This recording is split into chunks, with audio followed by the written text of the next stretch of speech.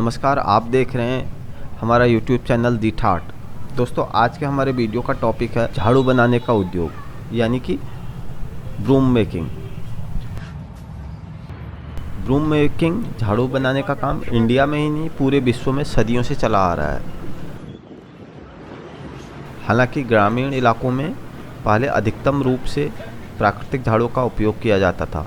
प्राकृतिक झाड़ू से मेरा मतलब है कि किसी घास या पेड़ के पत्तों को एकत्रित करके उसे वैसे ही उपयोग में लाने से, जबकि मनुष्य द्वारा बनाई गई झाड़ू से आशय है ब्रूम ग्रास का या अन्य कोई घास पेड़ पौधों के पत्ते लाकर उसको एकत्रित करके उसके पीछे प्लास्टिक या धातु का हैंडल लगाकर या किसी अन्य मटेरियल की सहायता से प्रोफेशनल लुक देने का।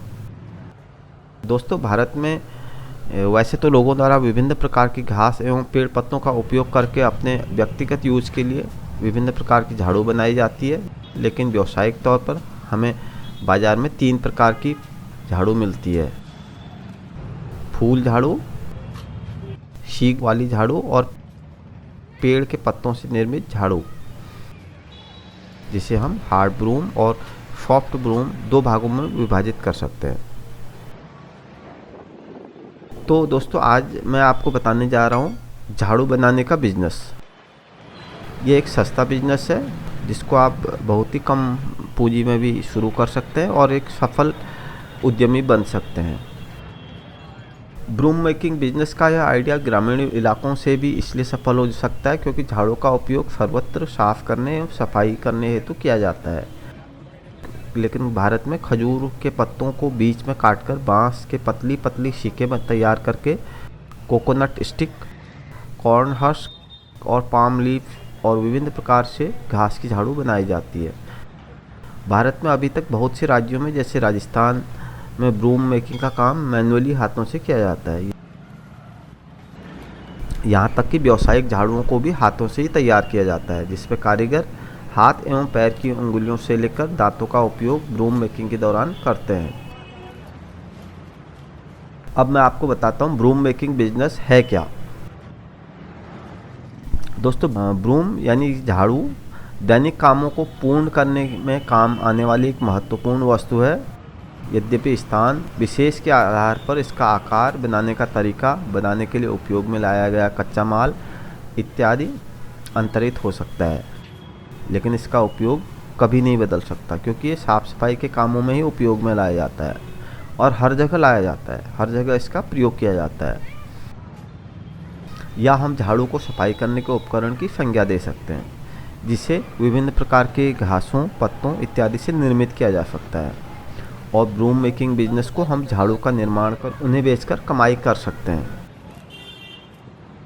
दोस्तों, अब मैं आपको बताता हूँ मार्केट पोटेंशियल झाड़ू मेकिंग में क्या है।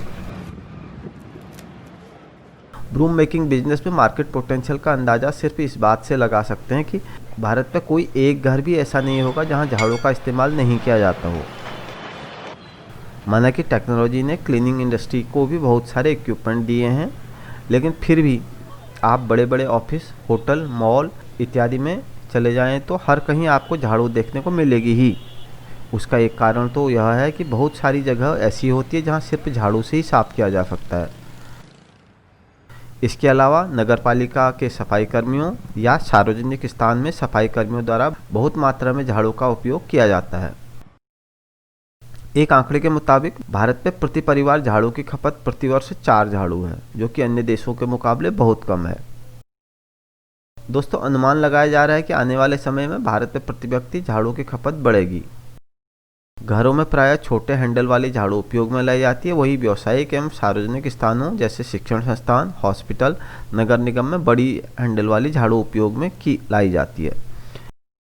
ब्रूम मेकिंग बिजनेस कर रहे उद्यमी अपने आंशिक ग्राहकों की पसंद के आधार पर, यानी कि अपने ग्राहकों की स्पेशल डिमांड पर अलग तरीके का साइज का झाड़ू बना लेते हैं। अब मैं आपको बताता हूँ required raw material and equipment in broom making. हालांकि ब्रूम मेकिंग मैनुअली यानी कि हाथों एवं मनुष्य के अन्य अंगों जैसे पैर की उंगलियों आदि के उपयोग करके ही बनाई जाती है, लेकिन झाड़ू पर लगने वाले प्लास्टिक या झाड़ू के हैंडल बनाने के लिए मशीनरी की आवश्यकता हो सकती है। वैसे बिजनेसमैन चाहे तो मेटल कटर की मदद से भी हैंडल बना सकता है या फिर प्लास्टिक का हैंडल मार्केट से ख़रीद सकता है। इसके बावजूद फिर भी ब्रूम मेकिंग बिजनेस कर रहे उद्यमी को कुछ हैंड टूल जैसे ग्रास कटर, चाकू, मेटल कटर, कैंची, हथौड़ी की आवश्यकता होती है। वो भी आप बिजनेसमैन को खरीदना चाहिए जो झाड़ू का बिजनेस कर रहा हो। रॉ मटेरियल्स स्थानीय विशेषताओं के आधार पर बदल सकता है, जैसे कोकोनट उत्पादित क्षेत्रों में यानी कि कोकोनट स्टिक, पाम लीव इत्यादि का उपयोग किया जा सकता है। अन्य क्षेत्रों में खजूर के पत्तों, ब्रूम ग्रास, बांस या अन्य कोई स्थानीय घास जिसका उपयोग स्थानीय लोग अस्थायी झाड़ू बनाने के लिए करते हों किया जा सकता है। इसके अलावा बाइंडिंग एवं पैकेजिंग मटेरियल भी ब्रूम मेकिंग बिजनेस के लिए चाहिए होता है।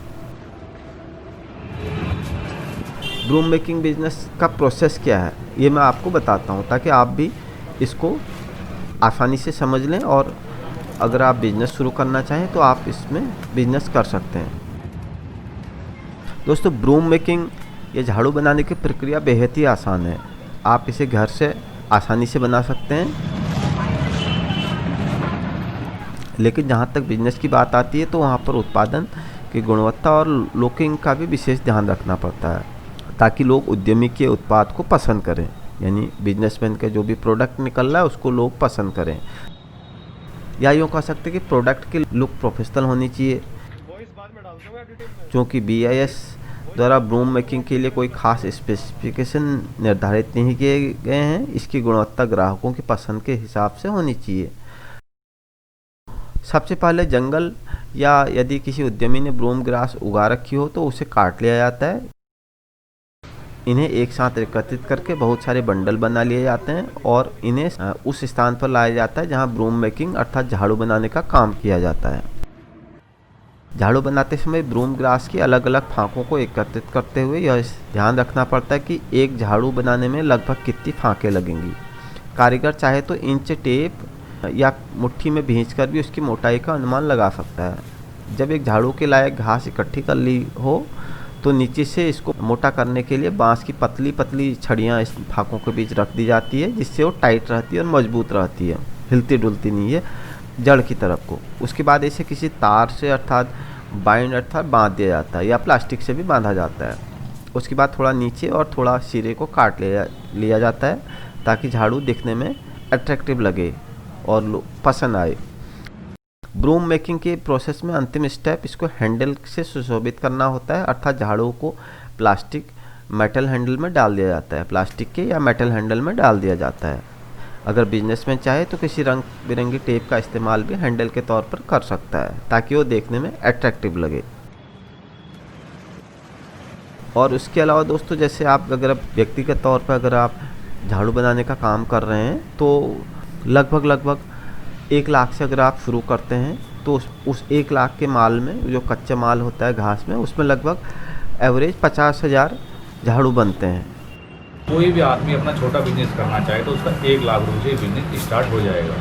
अच्छा, कम से कम। ठीक है। बाकी बड़ा आप कितना भी कर सकते हो, फिर बड़े के लिए आपको दिल्ली से बड़ा हो जाएगा और क्या कहते हैं आपका आसाम से डायरेक्ट गाड़ी भी आ जाएगी आपके पास। और इसमें अगर अब लेबर की बात करें तो लेबर इसमें 2 तरीके की आप रख सकते हो।